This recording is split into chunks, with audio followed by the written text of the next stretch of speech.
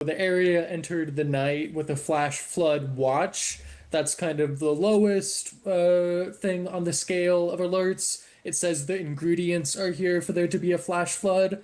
A warning means that there is a flash flood going on. That did not come until midnight. Firstly, tonight, with nearly 70 people dead, including 21 children, the search and rescue for victims of the Texas flood continues today. In the last hour, the Texas Governor, Greg Abbott, gave an update. In Kerrville and Kerr County, there are 59 confirmed deceased. There's still 11 missing from Camp Mystic. Separate from there, in the Central Texas area, there are confirmed 10 deceased. And across the state, in all the areas affected by flooding, there are 41 known missing. I had the opportunity yesterday to visit Camp Mystic and get to see firsthand what happened there, as well as all the way downstream after that. And it was nothing short of horrific to see what those young children went through. And we will remain 100% dedicated, searching for every single one of the children who were at Camp Mystic, as well as anybody else in the entire riverbed, to make sure that they're going to be recovered. Especially in the Kerrville area. There were so many people who were just camping out, not children in camps, but adults camping out near the river, people in RVs and things like that. There are people who are missing who are not on the known confirmed missing because we don't yet know who they are.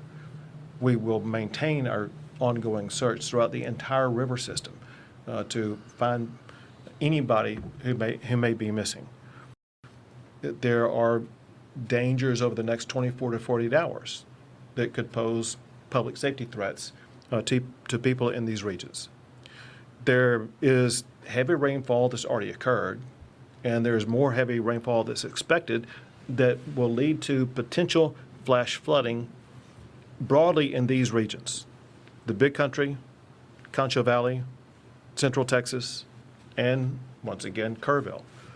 The point is this: if you're in any of those regions, you need to realize, for one, you're in an area with land that's already saturated with water. But for another, when more water comes down, it could lead to rapid flash flooding events. Now, there's nothing expected at this time to the magnitude of what was seen in Kerrville. That said, flash flooding can occur at lower levels of water than what happened in Kerrville. It's a particular threat for people who are driving on roadways. Some of the lives lost in Central Texas were people who were swept away in vehicles or in similar crossing type situations. Know that rising water on roads can occur very rapidly. You may think that you could drive through it only to find out when you're in there that it's too late and that you're getting swept away. And so we urge everybody to be extraordinarily cautious. Texas Governor Greg Abbott. Let's speak again to Dominic Walsh. He was with us last night, a reporter with the Houston Public Media. He's on the ground in Kerr County. Dominic, another sad day. This number is ticking up.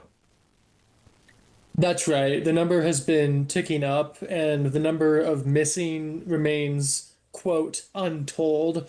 They really just don't know how many people are missing because this is a very popular summer camping site. This flood happened on the 4th of July weekend, and so officials still don't know how many are missing. We've talked about Camp Mystic, the all-girls Christian camp where hundreds of girls were camping on the 4th of July. There are still 11 girls missing from that camp, but like I said, the full scale is still unknown. We sort of danced around this a little bit last night, Dominic, but there's been more debate around it today about these flash flood alarms. Something somewhere didn't work. There's definitely questions about the flash flood alarms, when they came in, when they should have come in. The area entered the night with a flash flood watch. That's kind of the lowest thing on the scale of alerts. It says the ingredients are here for there to be a flash flood. a warning means that there is a flash flood going on. That did not come until midnight, after midnight, and then later in the early morning came a more severe warning. So, yeah, I spoke with residents today, and they did not know that this was coming. They woke up to water in their homes. Covering a story like this in your community, Dominic, is extremely difficult. How are you doing? I'm good. I appreciate you asking. You know, I'm from Houston, which is about 3.5 hours away by driving. We have our own share of natural disasters over there in terms of hurricanes. And so there's a familiarity here in terms of people coming together after a storm. We saw this last year in Houston after Hurricane Beryl hit. And even today, I was chatting with someone who was in town on vacation from Houston, and he said it feels similar. He remembers some of the most devastating hurricanes Houston has had. This is the most devastating flood that this area, maybe Texas, has had, and the sentiment and the feeling is similar. Community coming together, folks flooding in from across the state to help. I'm sure. Dominic, thank you for your time tonight. I appreciate it under the circumstances. Dominic Walsh from Houston Public Media in Kerr County in Texas for us. There may be updates on that over the course of the next couple of hours. We'll bring you them on Times Radio as we get them. These moments, they upend communities, don't they? They really do cause rifts and difficulties.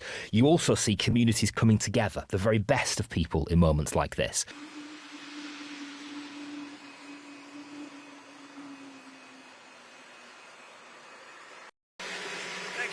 We've been in touch with Governor Abbott and very close to Governor Abbott and everybody in Texas. Kristi Noem has, as you know, been there and will continue to be there. And we're working very close with representatives from Texas, and it's a horrible thing that took place. Absolutely horrible. So we say God bless all of the people that have gone through so much, and God bless the state of Texas. It's an incredible place. Are you investigating whether some of the cuts to the federal government left key vacancies at the National Weather Service or in the emergency coordination? No, They did not. They did. I'll tell you, if you look at that what a situation that all is, and that was really the Biden setup. That was not our setup, but I wouldn't blame Biden for it either. I would just say this is a 100-year catastrophe. And it's just so horrible to watch. Are you planning to visit Texas, Mr. President? Probably on Friday. We wanted to leave a little time. I would have done it today, but we'd just be in their way. Probably Friday. Thank you very much. Thank you, everybody. Thank you.